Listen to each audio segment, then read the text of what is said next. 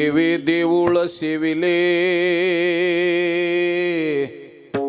देवे देऊळ सेविले, उदक कोरडेची ठेविले, नव्हे मत गुढवू मान काही, तो आपणा पे पाही.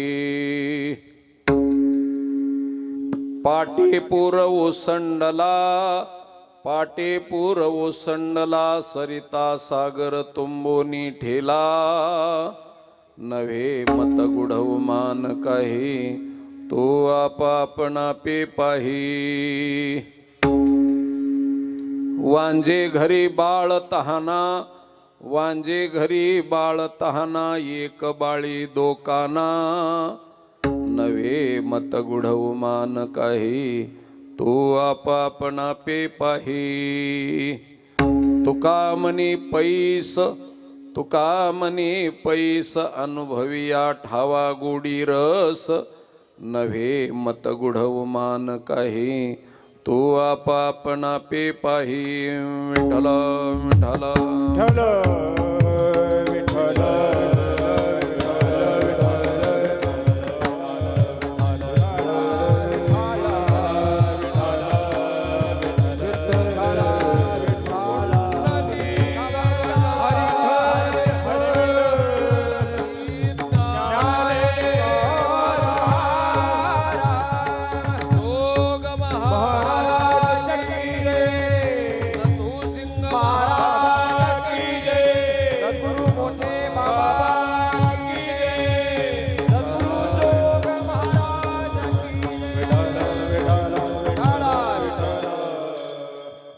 समचरण सरोजम,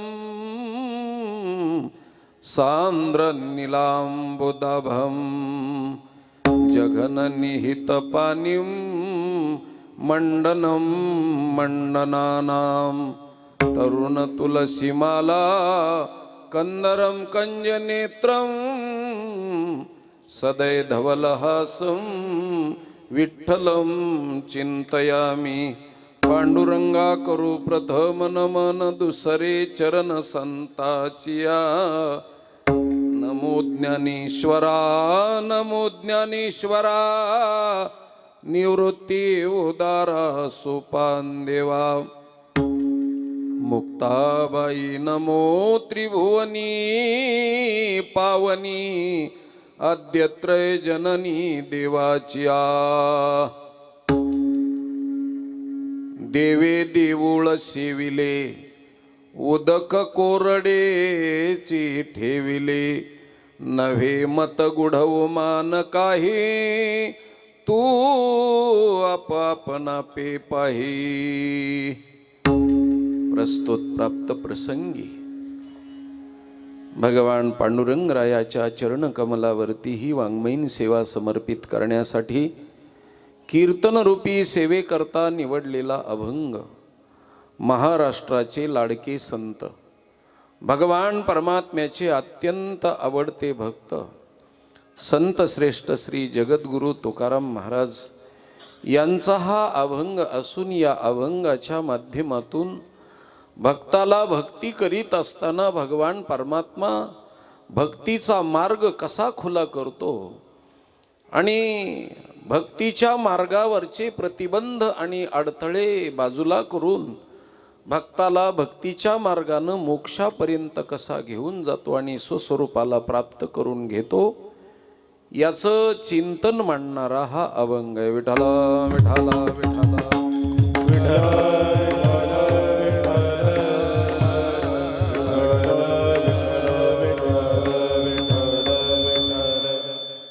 आदरणीय परमपूज्य हरिभक्ती परायण प्रातस्मरणीय नतुसिंग बाबा यांच्या प्रतिमेला प्रणाम करतो, त्यांच्या कार्याला प्रणाम करतो. त्यानंतर आदरणीय परमपूज्य हरिभक्ती परायण या ठिकाणी संजय सिंग महाराज उपस्थित आहेत. महाराजांच्या पायावरती कोटी कोटी प्रणाम करतो. वारकरी शिक्षण संस्थेचं सचिवपद आणि वारकरी शिक्षण संस्थेचं खूप मोठं कार्य ज्यांच्या हातून चालतं आहे असे संजय सिंग महाराज आळंदी, आता सध्या टेंभे नतुसिंग महाराजांच्या संस्थानावरती कार्यरत सध्या आहेत. असो, या ठिकाणी राधाकृष्ण प्रेम मंदिराच्या या प्रांगणामध्ये आणि या परिसरामध्ये हे प्रेम मंदिर उभं राहत आहे. आणि या मंदिराच्या सर्व कार्याची धुरा आमचे आदरणीय हरिभक्तीपरायण परमपूज्य महेंद्रजी महाराज हे या ठिकाणी कार्यरत होऊन सेवेचं अशी धारा व्रत धारण करून या प्रेम मंदिराचा या ठिकाणी पूर्णत्वाला नेण्यासाठी प्रयत्न करीत आहेत. त्यांच्या कार्याला माझ्या शुभेच्छा. आणि हे कार्य पूर्ण होऊन भगवंताची सेवा त्यांच्याकडून घडत राहावी अशी अभ्यर्थना, प्रार्थना, अर्जदस्त विनंती परमात्म्याच्या चरणी करतो. आणि श्रोतृवर्गाला आव्हान करतो की या प्रेम मंदिराला तुम्ही विशेष रूपानं सहकार्य करावं.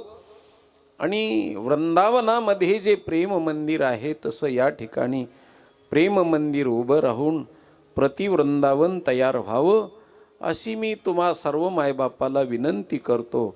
आणि सगळ्या कुणी सेवेनं, कुणी अर्थार्जनानं, तर कुणी कोणत्या ना कोणत्या बाबतीमध्ये सहकार्य करून हे प्रेम मंदिर उभं करा अशी मी तुम्हा मायबापांना अनुज्ञा मागतो, विनंती करतो, विनवणी करतो.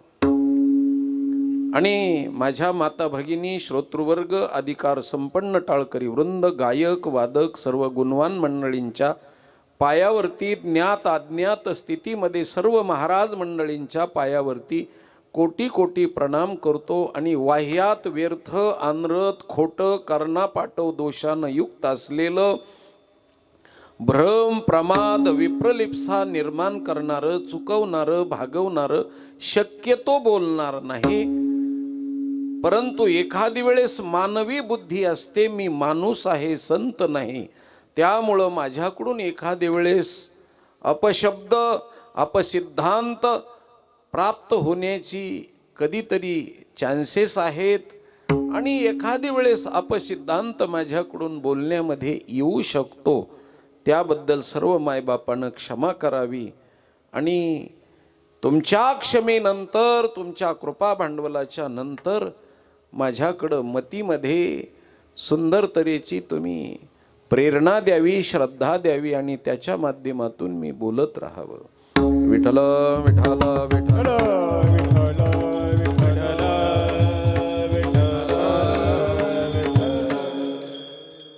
देवे देऊळ सेविले, उदक कोरडेची ठेविले. नव्हे मत गुढव मान काही, तू आपापना पे पाही. या ठिकाणी जगद्गुरु तुकाराम महाराज म्हणतात, देवानं देऊळ खाऊन टाकलं आणि पाणी कोरडच ठेवलं.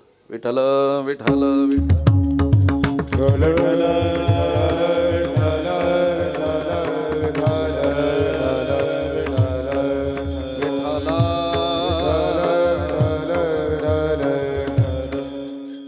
नानाच्याही चरणी दंडवत घालतो. विठ्ठल विठ्ठल विठ्ठल विठ्ठल विठ्ठल विठ्ठल विठ्ठल विठ्ठल विठ्ठल विठ्ठल विठ्ठल विठ्ठल विठ्ठल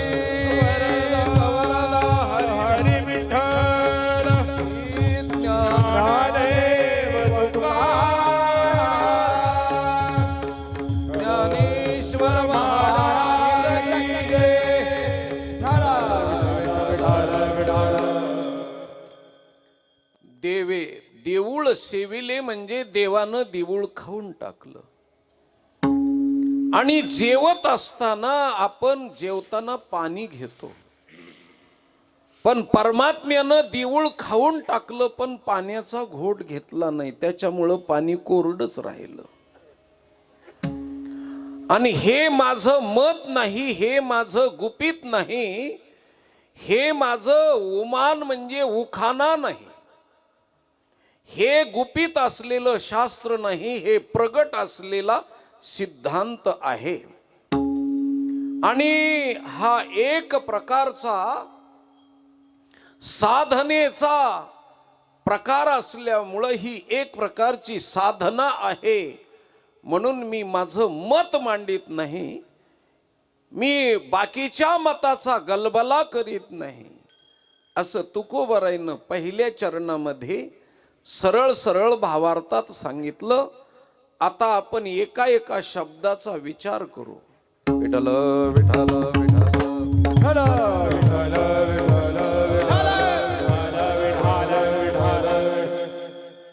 देवाने देऊळ का खाल्लं असेल? आणि देऊळ खाण्याचा विषय नाही महाराज,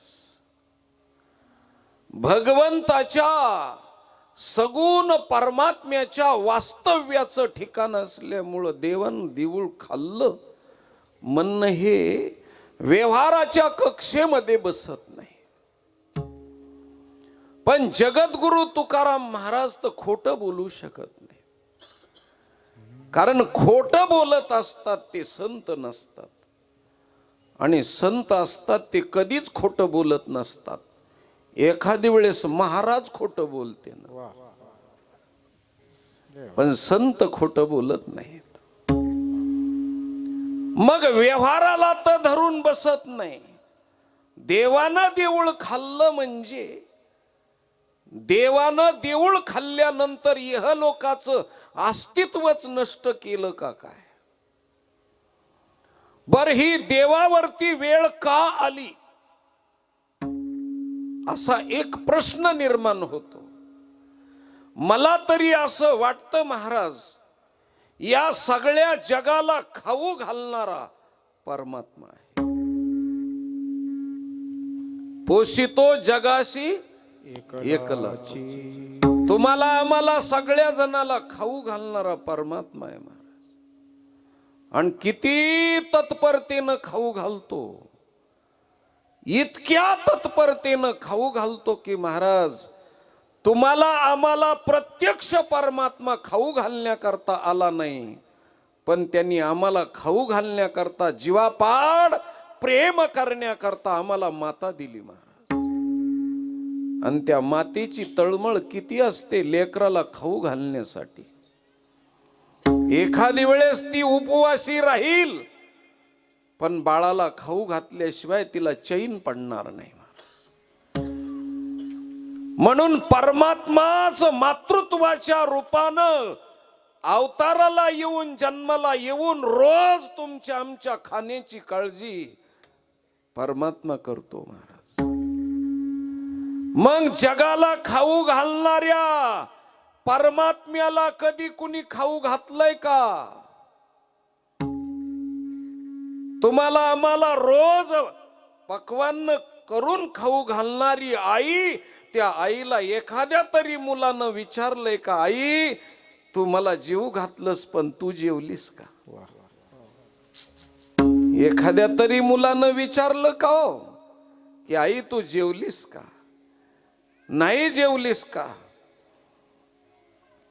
बर एखाद्या पतिराजानं तरी विचारलं का बायकोला, पहाटच्या 4 वाजल्यापासून संध्याकाळच्या 12 पर्यंत जी आपल्यासाठी हाडाची काढ करते महाराज, आणि आपल्याला भोजन घालते, मातृत्वासारखी पत्नी ताटाजवळ बसून कोरकोर चतकोर चतकोर भाकरी घालते, आणि कधी 1 घास 2 घास कमी खाल्ले तर विचारते का हो आज भाजी चांगली झाली नाही का? आज तुम्हाला आवडलं नाही का? कशा करता कमी जेवण केलं? तुमच्या घासापर्यंत जिचं लक्ष असतं आणि तुम्ही कमी खाल्लं तर तिला करमत नाही. म्हणून अशा एखाद्या पतिराजानं तरी पत्नीला म्हटलं का की अगं तू जेवलीस का? जेवण तर त्यांनी तयार करायचं आणि नैवेद्य तर आपल्याला अगोदर दाखवायचा. पण पण त्यांची काळजी कोणी करीत नाही, त्यांनीच केलेलं आहे. फक्त आपल्याला म्हणायचं तू जेवून घे, आईला म्हणायचं तू आई जेव, आणि काळजी करू नकोस बाकीच्या गोष्टीची, मी वाढतो असं म्हणणारे मुलं सुद्धा नाहीत, आणि असं म्हणणारी मुलगी सुद्धा नाही. म्हणून मी जाता जाता सांगतो महाराज, हो, प्रेमाचं खाऊ घालणारं कुणी नसल्यामुळे अजून आई अतृप्त आहे. आणि भगवान परमात्म्याला सुद्धा जीव घालणारा कोणी नाही. राजाओ, जाता जाता सांगतो, गावामध्ये, प्रत्येक गावामध्ये मंदिरं आहेत, प्रत्येक गावामध्ये मारुतीराय आहेत, पण गावानी कधी विचार केला नाही, वर्षाच्या काठी एकदा तरी मारुतीरायला नैवेद्य आम्ही दाखवलाय का? एकदा तरी त्या मारुतीरायला नुसतं पाणी डोक्यावर घालायचं, शेंदूर लावायचा आणि नारळ पुढं फोडायचे, नारळ फोडलेल्याचं पाणी त्याच्या डोक्यावर घालायचं. आता नारळ फोडल्यावर जर ते चिकट पाणी आपल्या डोक्यावर घातलं तर गोड वाटेल का आपल्याला? मग मारुतीरायला कसं जमतं? त्याच्या समोर नारळ फोडायचे, बळी द्यायचा, आणि आपणच आपली तृप्ती करून घ्यायची. पण देवाला कधी नैवेद्य नाही. वर्षानुवर्ष गावातले, मंदिरातले देव उपवासी आहेत महाराज. म्हणून मला कदाचित वाटतं, उपवासी असलेल्या देवानं पोटाच्या आगीसाठी काय करील, मंदिर नाही खायचं तर खाल्लं असेल. हो, आई भोजन घालते महाराज. किती तळमळ असते आईची भोजन घालण्याची. अहो, तुम्हाला दात झाल्यानंतर तर घालील यात नवल नाही, पण दात नसताना ज्या वेळेस लहान बाळाला ती पाजत असते, एका वाक्यामध्ये सांगून जातो तुम्हाला, पाजण्याची भूकही आईलाच लागते, आणि पेल्यानंतर तृप्ती बी बाळापेक्षा आईलाच मिळते. लेकराला भूक लागल्याच्या नंतर लेकराचा चेहरा जर पडला तर त्या आईच्या चेहऱ्याकडे बघायचं. लेकराच्या चेहऱ्यापेक्षा आईचा चेहरा निस्तेज झालेला असतो. आणि त्या बाळाला पाजल्याच्या नंतर गालावरचं दूध पुसून एक मुका घेऊन पाळण्यामध्ये बाळाला जर तिनं झोपवलं तर बाळाच्या चेहऱ्यावर जेवढा पिऊन आनंद आहे त्याच्यापेक्षा 10 पटीनं आईला पाजून आनंद असतो महाराज.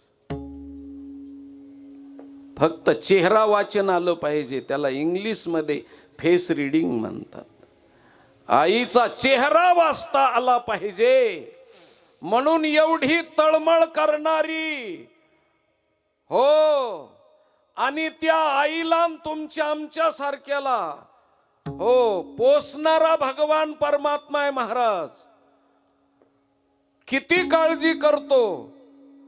कोणी केली बाळा दुधाची उत्पत्ती, वाढवी श्रीपती, सवे दोन्ही वाढवी श्रीपती. कोणी केली बाळा दुधाची उत्पत्ती, वाढवी श्रीपती, सवे दोन्ही वाढवी श्रीपती.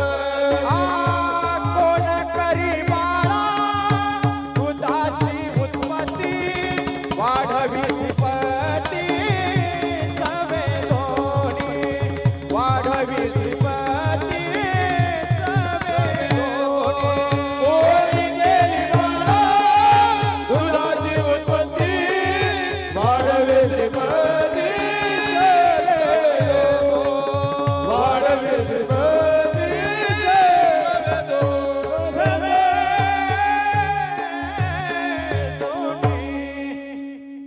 हो, एक संत होते महाराज, आणि त्याच्या दारामध्ये एक भिक्षेकरी आला. पाऊस पडत होता, 8-10 दिवस झालं पोटात अन्नाचा कण नाही. आणि एका मोठ्या माणसाच्या भक्ताच्या घरावर थाप मारली त्या भिकाऱ्यानं. आणि त्या भक्तानं मध्ये घेतलं, वले कपडे झालेले, पावसामध्ये भिजलेला. त्यांनी सांगितलं, हो माझ्या अंगाला हुडहुडी लागली, पोटात अन्नाचा कण 8 दिवस झालं नाहीये, हो मला खायला दे. त्या साधूनं मध्ये घेतलं, त्याचं अंग पुसलं, त्याला हो कोरडे कपडे नेसायला दिले, थोडी शेकोटी दिली आणि अंगाला तरतरी आल्यानंतर सुंदर तऱ्हेचं ताट वाढून त्याच्या समोर आणलं. आणि खा म्हटल्याबरोबर त्यांनी खायला सुरुवात करायची, पण आपोषण फिरवलं नाही. घास उचलायच्या अगोदर त्यांनी देवाला शिव्या सुरुवात केल्या द्यायला. 8 दिवस झालं मेला होता का काय, माझ्या पोटाची काळजी आहे का नाही, म्हणून देवाला शिवीगाळ करू लागला. त्यावेळेस त्या भक्ताला राग आला. त्यांनी ताटावरला जसा पाहिजे तसा उचलला, तोंडातला घास खाली टाकायला लावला आणि लाथा घालून बाहेर काढला त्याला. त्यावेळेस भगवान परमात्मा आले आणि त्याच्या पाठीवर, साधूच्या पाठीवर हात ठेवला. सांगितलं, 5 मिनिट तुला दम नाही निघाला? अरे 85 वर्ष झालं मला शिव्या घालतोय तो, तरी बी त्याला जगवलायच ना, त्याला खाऊ घातलंयच ना म्या. आणि तुला 2 मिनिटामध्ये शिव्या दिल्या तुझ्या देवाला, तर तू लाता भरून घालून बाहेर काढतोस. तुला शरम आहे का, साधुत्व आहे का तुझ्या ठिकाणी?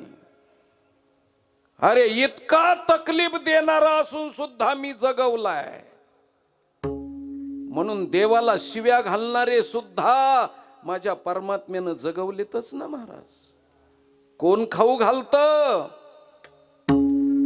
नको चिंता करू पोटा या वस्त्राची, माऊलिया मोचे पांडुरंग,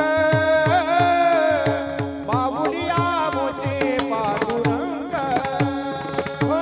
माऊलिया मोचे पांडुरंग, माऊलिया मोचे पांडुरंग. नको चिंता करू वस्त्रा या पोटाची, माऊलिया मोचे पांडुरंग, माऊलिया मोचे पांडुरंग. नको चिंता करू वस्त्रा या पोटाची, माऊलिया मोचे पांडुरंग, माऊलिया मोचे पांडुरंग, माऊलिया मोचे. अनवळ आपितर लेकराला सुद्धा आई जीव घालते महाराज. तिच्या तोंडात मारलं तरी सुद्धा ती त्याला जीव घालते. तसा भगवान परमात्मा भोजन घालणार आहे महाराज. एक नाही, एका कविकर्त्यानं सांगितलंय, बांधिले घुमट किल्ल्याचे तट, त्यावर उगवती पिंपळवट, ते कोण हानी तो मोठ, पाणी कोण घाली तो, आम्ही काय कुणाचे खातो रे, तो राम आम्हाला देतो. अरे किल्ल्याचे तट असतात, त्या ठिकाणी पिंपळ आणि वड उंबर उगवतात. तिथं मोठ धरत का कुणी, मोटर चालू करत का कुणी, कोण पाणी घालतं बाबा तिथं? तरी सुंदर. अरे अरण्यामध्ये फुटती तरुवर उष्ण काळ माशी, आणि जीवन तयाशी कोण घालतं बाबा? रानात राहणाऱ्या किड्या मुंग्याला कोण खाऊ घालतं? परमात्मा एकदा तरी, एखाद्या तरी माणसानी हो देवाला म्हणायला पाहिजे ना, मी तुला नैवेद्य दाखवतो, खा. उतराई होईल ना महाराज. पण जगाला खाऊ घालणारा विश्वंभर आहे. विश्वंभर म्हणते त्याला महाराज, विश्वनाथ म्हणते, विश्वाचा मालक आहे. पण त्याला कोणी खाऊ घालणारा नसेल म्हणून पोटाच्या आगीसाठी खाल्ला असन देऊळ. पुन्हा त्याचे वाभाडे तरी काढायची काय गरज आहे? दुखाच्या खापल्या खाल्लंय तर खाऊ द्या ना. ती काय खडे सिमेंट वाळू आहे का? का निवडणुकीला उभा राहायचंय परमात्म्याला म्हणून त्यांनी दुसऱ्याची फाईल उचकून काढायची? काही काही वेळेस निवडणुकीमध्ये दुसऱ्याची फाईल उचकून काढली म्हणजे आपलं मोठेपण मिळत असतं. याला आसुरी आनंद म्हणतात महाराज. तसं काही का? काय भानगड आहे महाराज? आईचीच गोष्ट सांगायची ठरली तर मी सांगतो महाराज. देवकी, कृष्ण उपनिषद सांगतंय, देवकीचे 6 लेकर मेले, मारले, 7वं लेकरू गुप्त झालं. आणि 8व्यांदा कृष्ण जन्माला आल्याच्या नंतर त्या देवकीनं पटापट मुके घ्यायला सुरुवात केली. इतकं प्रेम की काय करावं. वसुदेवानं सांगितलं, अगं देवकी, तू जर असे मुके घेत बसलीस तर 6 लेकराचं जसं झालं तसंच ह्याचं बी होईल. सोड तुझा मोह, प्रेम सोड.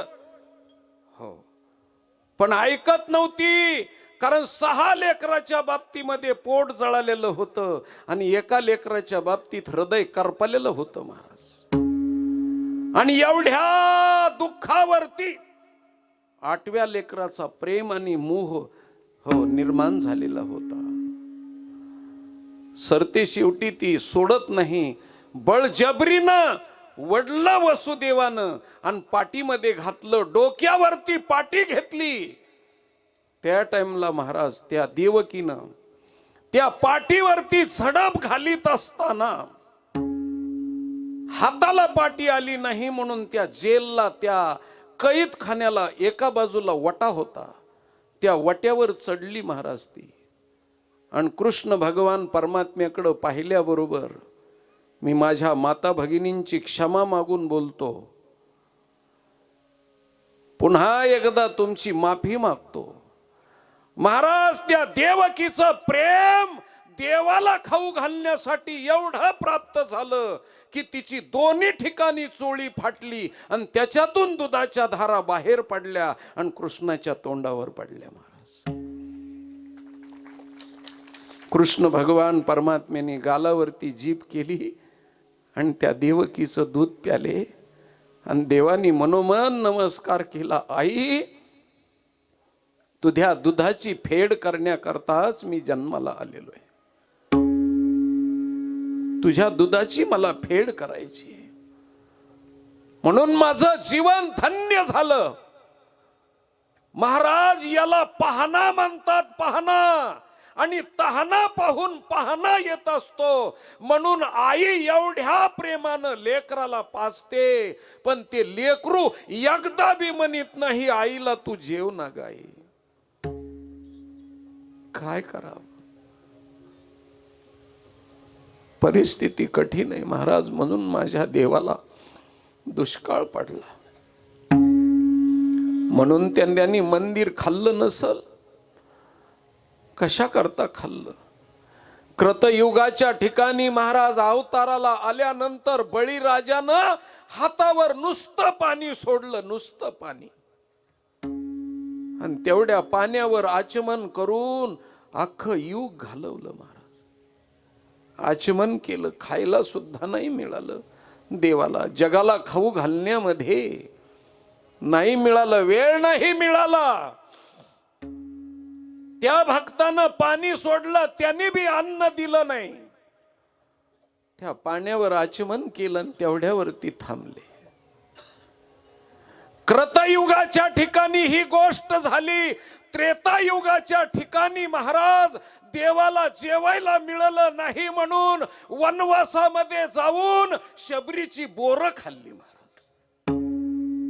बोरं खाल्ली आणि ती बी शबरीची बोरं म्हणजे काय महाराज, एवढी दुर्डी भरून पाटी भरून बोरं नाही खाल्ली महाराज, एक द्रोण भरून खाल्ली. कारण मोठ्याच्या घरचं भरपूर नसतं महाराज. नुसतं मोठ्याच्या घरचे म्हणीत असतात, घालू का आणि वाढू का. मोठ्याच्या घरचं सगळं श्रीमंती वैभव असतं. मोठ्याच्या घरचा चहा प्यायचा ठरला तर कपाट डोकावून बघावं लागतो आहे का नाही मधी म्हणून. आणि गरीबाच्या घरचा बशीत सांडतो कपातून, हो ये हृदयीचे ये हृदयी घातले, जवळकीची सरोवरे कालवती परस्परे. आणि पुन्हा महाराजाच्या अंगावर चहा सांडतो. पण मोठ्याच्या घरचा तसा नाही, ते बी नुसते ब्रह्मचारी कप येतात महाराज. अविवाहित लग्न न झालेले, हो लग्न न झालेले अविवाहित कप पुढे येतात महाराज. कारण सध्या कपाला बशीच सापडणार राजा. हो असे कप किती अविवाहित आहेत काय सांगू. माझ्याकडं 50 बायोडाटा आहेत महाराज. तुम्हाला कुणाला वाटलं तर देऊन जा. महाराज मुलगी भेटली कुठं तर सांगा. म्हणलं ठीक आहे, कारण रात्रभर त्यांच्या घरी मुक्कामाला राहायचं म्हणल्यावर त्यांची व्यवस्था बायोडाटा घेण्यापुरती तरी आपण तसदी घ्यावी ना.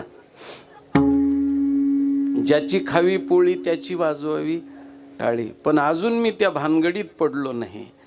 कुणाची मुलगी कुणाला द्यायची म्हणल्यावर कीर्तन सोडून देऊ तेव्हाच धंदा करावा लागेल महाराज, काय का नाही. आणि केलाय असता पण मिळगत कमी त्याच्यात, दुसरं काही नाही. अशी परिस्थिती आहे. आणि ते बी बायोडाटा, हो कावळ्या कावळ्या मुलाचे तो, कवळे कवळे मुलं 45, 47, 48, 50, काही नाही तर 51 गाठलंय. एवढाले गरीबाचे लेकर महाराज. आणि पुन्हा कवळे लेकर, त्यांना सांगितलं थोडं दम खा तुम्ही, कारण दमाला फळ असतं. आणि नुसतं फळ नाही तर काशी फळ असतं असं मोठं. थोडं दम खा तुम्ही, मिळल मिळल तुम्हाला काशी फळच मिळल एवढं मोठं. विठला विठला विठला विठला विठ्ठला विठ्ठला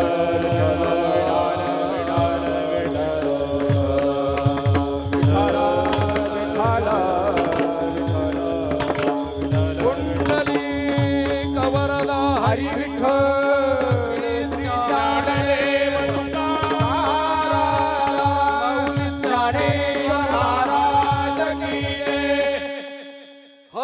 शबरीनं 60,000 वर्ष तपश्चर्या केली आणि द्रोणात बोर दिले, ते बी कुरतडलेले बोर दिले महाराज.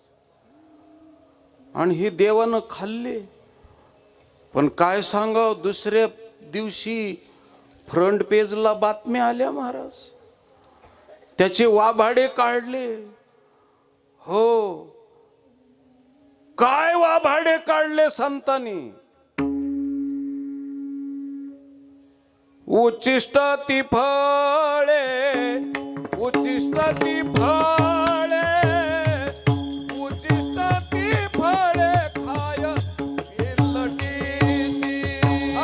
उच्चिष्ट ते फळे, उच्चिष्ट ते फळे, उच्चिष्ट ते फळे काय पिल्लटीची. उच्चिष्ट ते फळे, उच्चिष्ट ते फळे, उच्चिष्ट ते फळे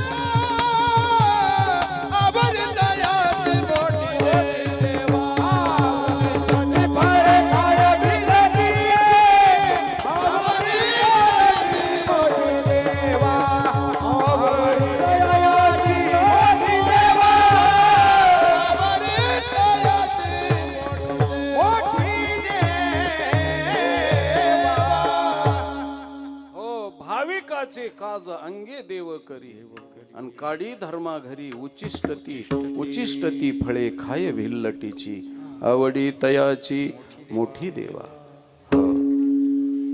थोर प्रेमाचा हाची दुष्काळ ऐका महिमा आवडीची गोरे खाय भिल्लटीची. अशा पद्धतीनं देवाचे वाभडे काढले. फ्रंट पेजला बातम्या सगळ्या.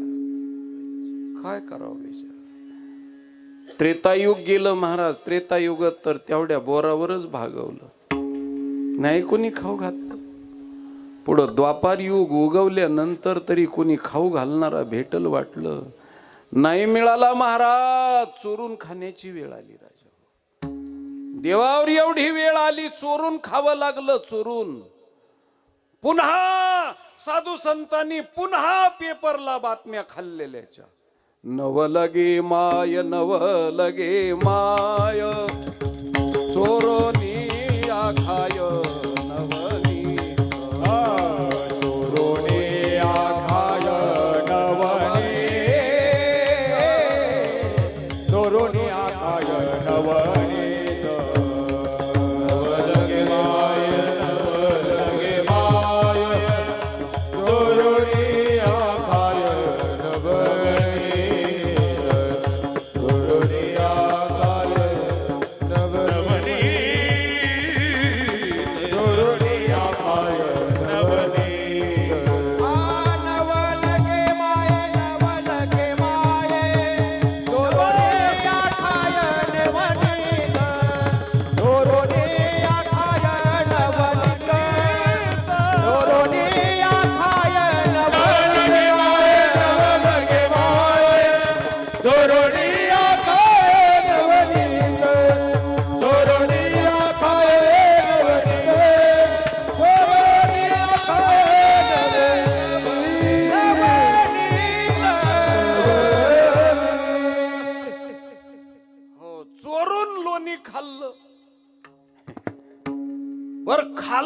खाल्लं लोणी गपचीप राहावाना. पण पुन्हा त्याच्या खानदानीचा विचार काढायचा. तुझ्या अंगी अवगुण मोठा आणि चोरी करून भरीशी पोटा. हो, चोऱ्या करून पोट भरतोस म्हणून पुन्हा त्याला दूषण द्यायचं. हो, पुन्हा त्याच्यावरती शिंतोडे उडवायची. ऐकणे कितीतरी प्रमाण देता येतील. चोरून चोरून खाल्लं महाराज. काही गवळणींना ठोकला, काही गवळणींना तसाच पचलं. पोटासाठी काय करीन, खाल्लं. यशोदेला राग आला, रानात पाठविला. हो, देवाला पाठवलं रानात गाई चारायला. तिथं गेल्यावर बी दम खायला पाहिजे. त्यांनी खाण्यासारखी वस्तू म्हणजे दमच खाणं. पण त्यांनी दम खाल्ला नाही. तिथं गोरगरिबाच्या लेकराला वळती आणायला पाठवलं गाईच्या, आणि त्यांच्या शिदोऱ्या चोरून खाल्ल्या महाराज. नुसत्या चोरून नाही, ठकवून खाल्ल्या. आणि ज्या ज्या खाल्ल्या त्याची यादी दिली संतांनी. काय काय खाल्लं ती ईडीच सगळं काढलं महाराज. हो हो, ईडी पासूनच काढलं. हो, बिन ईडीच्या. हो, असं काढलं सगळं. काय काय काढलं ती यादीच दिली. हो, पूर्णपणे 5-5 पोळ्या, 3 भाकरी, 1.5 कानवला, 1च पुरी. आमा धाडिले वैल्या दुरी, आणि आमची ठकून खाल्ली शिदोरी. कानोबा निवडी आपुले गोधने. हो, आमच्यात नको तो. आमच्या ठकून शिदोऱ्या गरीबाच्या कुठं खात असतात का महाराज. संजय गांधी निराधार योजनेतून हाणायचं निम्म. आता हे संजय महाराजाच्या पुढं कशाला मांडू मी ते.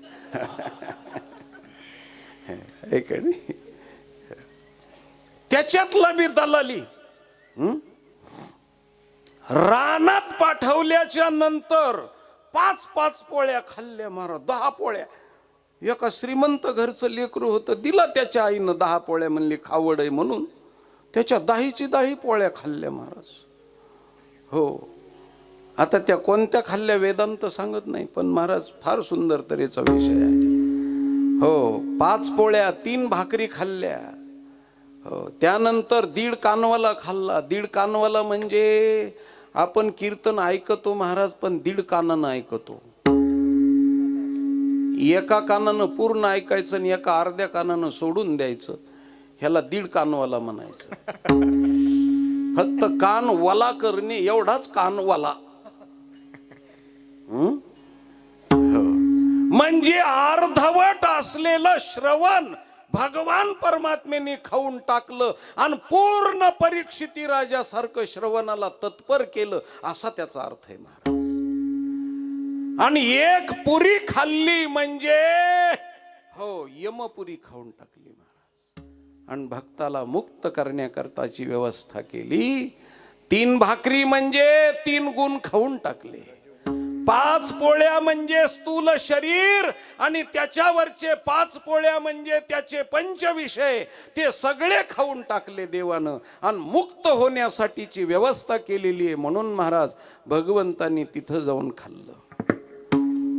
यशोदेला सांगितलं, मी भुकेलेलो आहे, यशोदे घराकडे चाल, मला जीव घाल. हो, पुन्हा मी भुकेलेला असल्यामुळं आई मी खाईन शिळा घाटा, माझ्या अंगी नाही भूक लागलेली माणसं ताट नसते, तो काही बी लाभारे बरकतारे सुरूच करते. ज्यांना भूक नाही ते आगावपणा करते. हो, भाजीत मीठ कमी आहे, हो, हो, पाणी पातळच आहे, मग काय घट असतं का पाणी? हो, वर्णामध्ये जरा जास्त हो पाणी टाकण्यात आलेलं आहे, कशाला आगावपणा करतो? भूक आहे का तुला? आमच्या मराठवाड्यात म्हणते, ती नाही घरी निगार करी. म्हणजे भूकच घरी नसल्यावर मग हे असले आगाव धंदे सुचतात. भगवान परमात्म्याने सांगितलं, माझ्या अंगी नाही ताटा, मी कसं असल तसं हो खाऊन टाकीन, पण मला जीव घाल. नाही घातलं महाराज, मागून बी नाही घातलं, चोऱ्या करून बी नाही पोट भरलं. काय करावं मग? सर ते शेवटी आईनी नाही घातलं म्हणून बहिणीकडे गेला. भगवान परमात्मा बहिणीकडे गेले. कुठं? हस्तिनापूरला. हो, ती बहीण बी पुन्हा वनवासात होती, तिचं बी दिवाळं निघालेलं होतं. ती वनवासात होती, तिच्याकडे खाऊ घाल म्हणले सांगितलं, तर तिने बी काय फार मोठं नाही महाराज, हरभऱ्याच्या भाजीचं एवढं पान खाऊ घातलं. एवढं मागे भाजी पान द्रौपदीशी, काय देवा घरी न मिळेची अन्न, आणि मागे भाजी पान द्रौपदीशी. एवढं खाल्लं बिचाऱ्याने. तितक्यावरतीच उपास सुटला. काही दिवसानंतर विदुराच्या पत्नीच्या घरी जाऊन केळाचे साल्टे खाल्ले. त्याच्यानंतर उपवासी होता. ती नामदेवरायनं कलियुगामध्ये जीव घातलं. ते बी उग बापाचं होतं म्हणून खाऊ घातलं. कारण दामाजी पंतांनी शेटीनी सांगितलं होतं, मी गावाला चाललोय, देवाला नैवेद्य दाखव म्हणून दाखवायला गेला आणि तिथं जबरदस्तीनं खाऊ घातलं. हे का नाही? तिथून जे खायला नाही मिळालं, ती एके दिवशी देहूला गेले.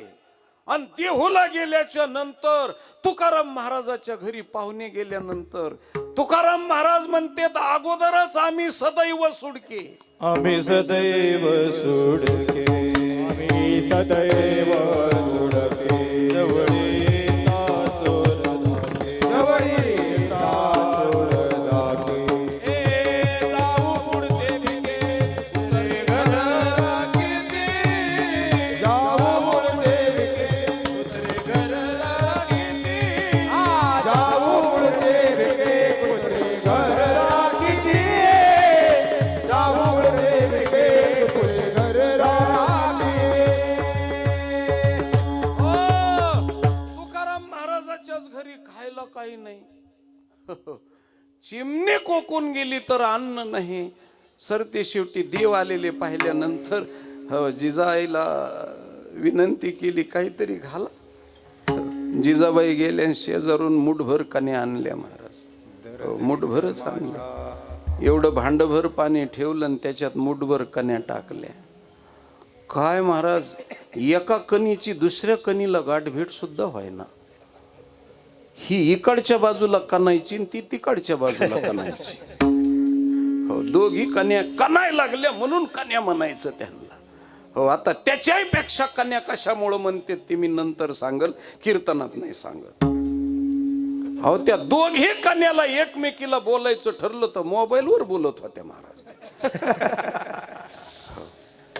पण दोघी जणीची गाठभेट व्हायना म्हणून तुकाराम महाराजांनी वर्णन केलं, दरदरीत पाण्या माझी रांदी येल्या कन्या. ही देवाची अवस्था पाहिली आणि देवानं देऊळ खाल्लेलं पाहिलं. आणि तुकाराम महाराजांनी देवाच्या देऊळ खाण्याची अवस्था व्यवस्था सगळी पाहिली आणि समाजाला हो फ्रंट पेजला गाथ्याच्या बातमी छापून आली. अभंगाचं पहिलं देवे देऊळ सेविले, देवे देऊळ सेविले, देवे देऊळ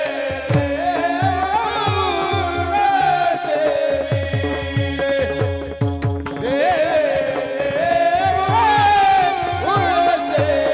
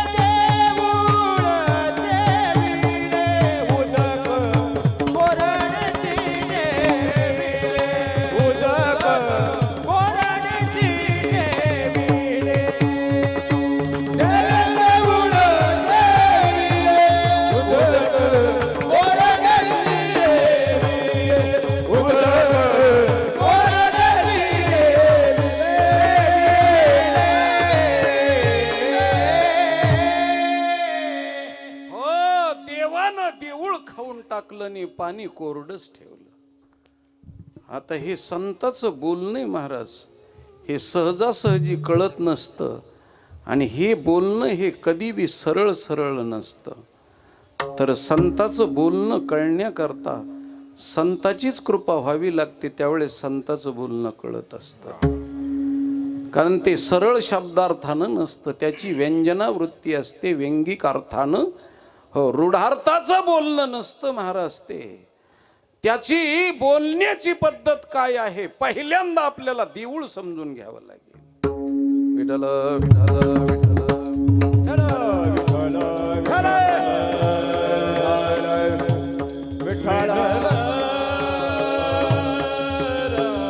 विठ्ठल विठ्ठल